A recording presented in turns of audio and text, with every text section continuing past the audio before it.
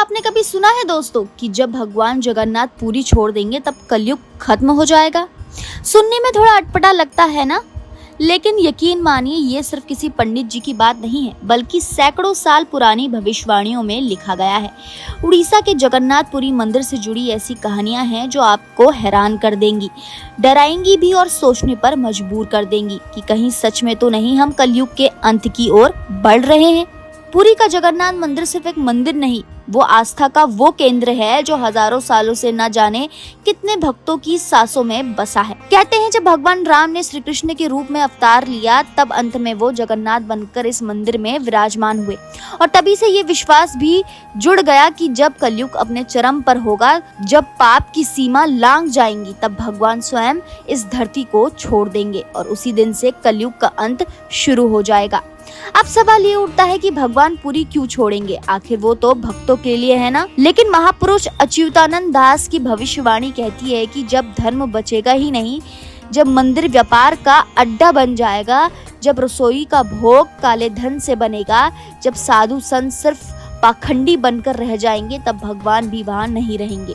क्योंकि भगवान वहीं रहते हैं जहाँ सच्चाई होती है, प्रेम होता है, भक्ति होती है, और जब ये सब खत्म हो जाएगा तब उन्हें वहाँ कोई काम नहीं रहेगा। भविष्य मालिका नाम की एक पुस्तक है जिसमें कई भविष्यवाणियां लिखी गई हैं। ये कोई आम किताब नहीं, बल्कि इसे उड़ीसा के पंचसखा यानी 5 महान संतों ने मिलकर लिखा है, और इसमें सबसे प्रमुख संत थे अच्युतानंद दास। उन्होंने लिखा था कि जब जगन्नाथ जी का मंदिर धीरे धीरे खुद ही गिरने लगेगा, जब मंदिर की रसोई पर बिजली गिरेगी, जब मंदिर के ऊपर दिन में उल्लू बैठेगा और जब गिद्ध नील चक्र पर बैठ जाएगा, ये सब संकेत होंगे कि भगवान अब मंदिर छोड़ने वाले हैं। अब जरा गौर कीजिए, इसमें से कई घटनाएं पहले ही घट चुकी हैं।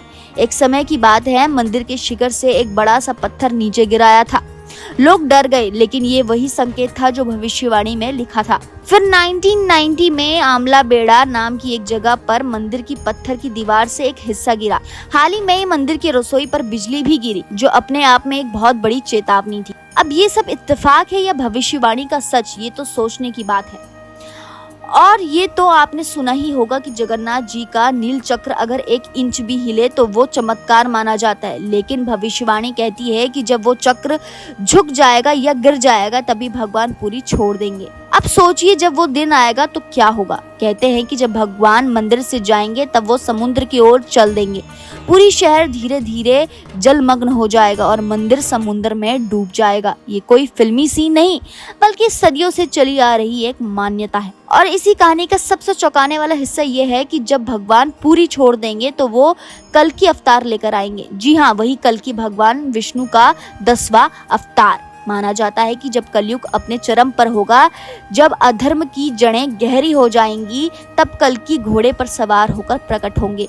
उनके हाथ में तलवार होगी और वो संसार से पापियों का नाश करेंगे। तभी धर्म की फिर से स्थापना होगी और सतयुग की शुरुआत होगी। स्कंद पुराण में भी इस बात का जिक्र है कि कलयुग के अंत में सभी तीर्थ स्थान छुप जाएंगे। बद्रीनाथ, केदारनाथ, अमरनाथ सब पर्वतों में समा जाएंगे और जगन्नाथ मंदिर वो समुद्र में डूब जाएगा। लेकिन ये सब तब होगा जब पाप की पराकाष्ठा होगी। अगर हम आज की दुनिया देखें, ज्यादा पैसा, कम इंसानियत, ज्यादा दिखावा, कम श्रद्धा, तो ऐसा लगने लगा है कि वो समय शायद अब दूर नहीं है।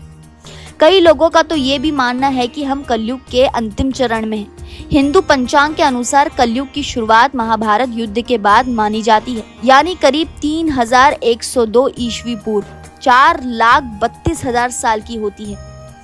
अब इसमें से सिर्फ लगभग 5,000 साल ही बीते हैं, तो फिर अंत कैसे हो सकता है? लेकिन यहाँ बात उस काल गणना की नहीं हो रही, बल्कि आध्यात्मिक युग की हो रही है।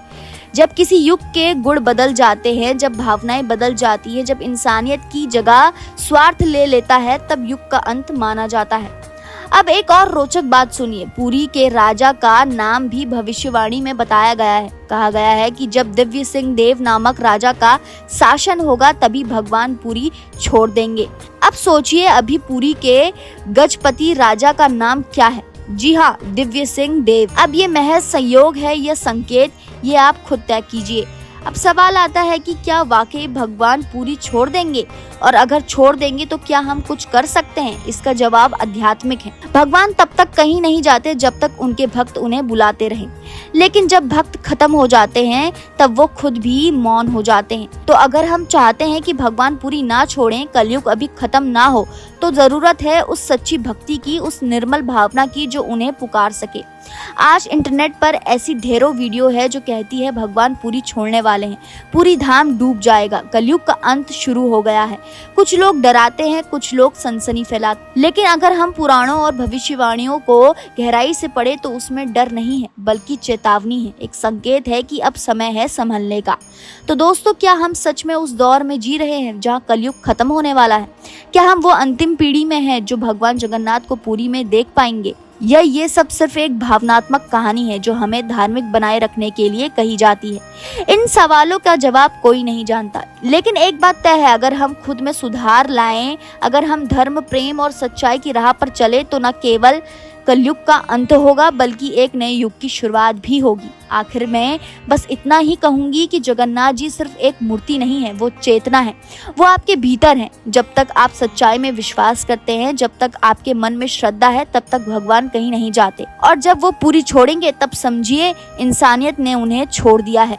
तो चलिए खुद से एक सवाल करें कि क्या हम तैयार हैं भगवान को रोकने के लिए, या हम बस तमाशा देखने वाले बनकर रह जाएंगे? तो दोस्तों, आज के लिए इतना ही। उम्मीद करती हूँ आपको ये वीडियो पसंद आया होगा। अगर आपको ये वीडियो पसंद आया तो इसे लाइक कीजिए और हमारे चैनल को सब्सक्राइब करना ना भूलें।